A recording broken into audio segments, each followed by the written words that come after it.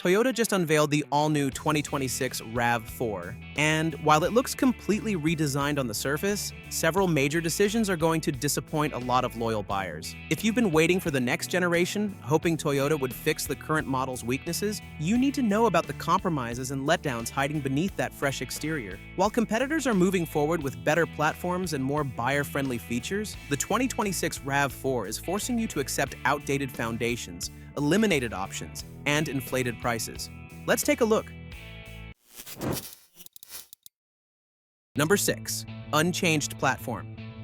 This might be called an all-new generation, but the 2026 RAV4 is still riding on the exact same TNGA-K platform that's been underneath this SUV since 2019. Toyota is marketing this as a fresh start, but underneath the new sheet metal, the foundation is identical to what you're driving today. Why does this matter? Think about those daily commutes where every expansion joint sends a jolt through your seat, or those weekend road trips where your passengers complain about feeling every imperfection in the pavement. The current RAV4's ride quality is merely adequate, and that's putting it generously. Competitors have moved forward with more sophisticated chassis designs that deliver better comfort and handling, but Toyota is essentially asking you to accept the same compromises you've been living with for years. Yes, they're promising suspension tweaks and refinements, but these are minor adjustments to a platform that was never class-leading to begin with. The issue becomes obvious when you compare the RAV4 to its closest rivals. The Honda CR-V rides on a newer platform that absorbs road imperfections far more effectively. The Mazda CX-5 delivers handling precision that makes the RAV4 feel disconnected. Even the Nissan Rogue, which prioritizes comfort above all else, provides a more composed driving experience over rough pavement. Toyota had the opportunity to start fresh with an advanced platform that could have addressed these weaknesses, but instead, they chose the economical route of refining what already exists. You're essentially getting a restyled version of the same driving experience, and given how competitive this segment has become, that's no longer good enough. But an outdated platform is only part of the problem. Wait until you hear what Toyota did with the powertrain options.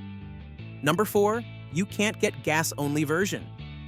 Toyota is presenting the hybrid-only strategy as progress, but for a substantial portion of the buying public, eliminating the gas-only engine option is a major step backward. Every single 2026 RAV4 is going to be sold as either a standard hybrid or a plug-in hybrid. There's no escaping the electrification. Now, before you dismiss this as resistance to change, consider the practical implications. Imagine your RAV4 is 5 or 6 years old, well past warranty coverage, and that hybrid battery starts showing warning lights on the dash. Hybrid systems add complexity, and complexity leads to higher repair costs once the warranty expires. The battery pack, electric motors, and integrated power electronics are all additional components that can fail. And when they do, the replacement costs are substantially higher than fixing a conventional engine. Many buyers in the RAV4's target demographic are looking for simplicity and proven long-term reliability, and a straightforward gas engine delivers exactly that. Hybrid components drive up the base price, and not everyone wants to pay that premium. Some buyers do the math and realize they don't drive enough miles annually to recoup the hybrid upcharge through fuel savings. Others simply prefer the linear power delivery and proven durability of a conventional engine.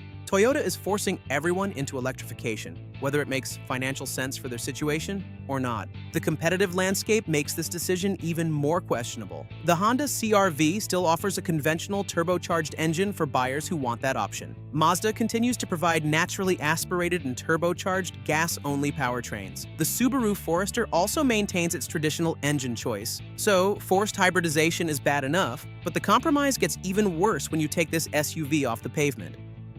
Number 3. Off-road capability doesn't exist. Older RAV4 generations had legitimate off-road credibility, but those days are long gone. The current model already took a step backward in this department, and the 2026 version is making the situation worse. The combination of the hybrid-only powertrain and the crossover-focused design means genuine off-road capability has essentially been eliminated. All-wheel drive in the 2026 RAV4 isn't real mechanical all-wheel drive. Because every model uses the hybrid system, what you're getting is an electric motor bolted to the rear axle that activates when the front wheels lose traction. This is not the same as a traditional mechanical all-wheel drive system with a center differential and drive shafts. It's a band-aid solution that works fine in light snow or on gravel roads, but it's not engineered for more serious off-road use, like in the case of gas-only models. The Woodland trim tries to project a rugged image with all-terrain tires and slightly increased ground clearance, but the underlying limitations remain. There's no locking differential. There's no low-range transfer case. The approach and departure angles are modest at best because Toyota prioritized on-road aerodynamics over off-road geometry. Compare this to what competitors offer. The Subaru Forester Wilderness delivers real mechanical all-wheel drive with X-Mode for genuine trail capability. The Jeep Compass Trailhawk provides a proper 4x4 system with select terrain and serious underbody protection. Even the Mazda CX-50 offers more convincing off-road hardware than the RAV4. We can all agree that the limited off-road ability is disappointing, but what's even more frustrating is how the RAV4 falls short when you're just driving on regular roads. Number 2, still less refined than rivals. Despite the complete redesign, the 2026 RAV4 is still going to trail its primary competitors in overall refinement. This is an area where Toyota has historically struggled, and the new generation isn't closing the gap. Think about those long highway drives where road noise gradually wears you down, or those moments when you're trying to have a conversation with your passenger, but the wind noise makes it difficult to hear. The Honda CR-V sets a higher standard for interior quietness and ride composure. Its cabin feels more upscale, the materials look and feel more expensive, and the driving experience is more serene. The Mazda CX-5 takes refinement in a different direction but achieves similar results. Its interior design is more sophisticated, the controls have a more substantial feel, and the overall experience feels a step above the mainstream segment. The fundamental problem is that Toyota engineers the RAV4 to be practical and durable, not refined and luxurious. That philosophy works for buyers who prioritize reliability above all else, but it means you're accepting compromises in comfort and quietness. If you've test-driven a CR-V or CX-5 and then sit in the RAV4, the difference is immediately apparent and not in Toyota's favor. Number 1. Pricing. The RAV4 is no longer the budget-friendly option that offers the most for your money. It's become one of the more expensive choices in the mainstream compact SUV segment. Think about what happens when you walk into a Toyota dealership expecting to find that legendary RAV4 value.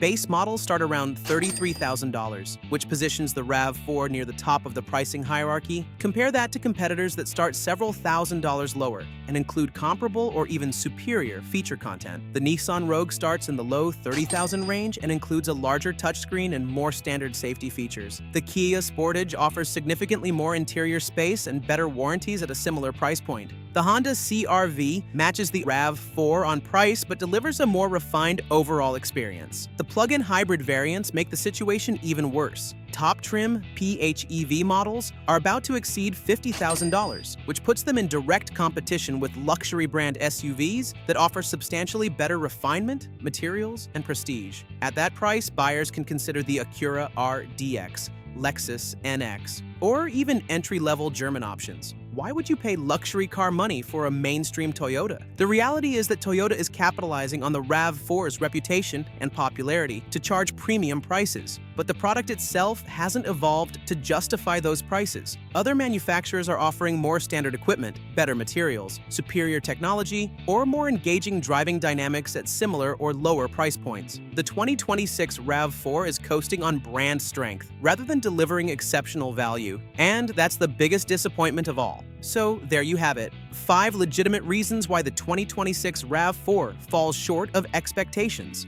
Toyota is asking you to pay more money for an SUV that rides on an outdated platform, eliminates powertrain choice, lacks genuine off-road capability, trails rivals in refinement, forces you into frustrating touchscreen controls, and no longer delivers the value that made this model famous. The RAV4's popularity means Toyota can get away with these compromises in the short term, but smart buyers will recognize that competitors are offering better overall packages for similar or lower prices. If you're in the market for a compact SUV, test drive the Honda CR-V, Mazda CX-5, and Subaru Forester before committing to the RAV4. You might discover that the world's best-selling SUV is no longer the best choice.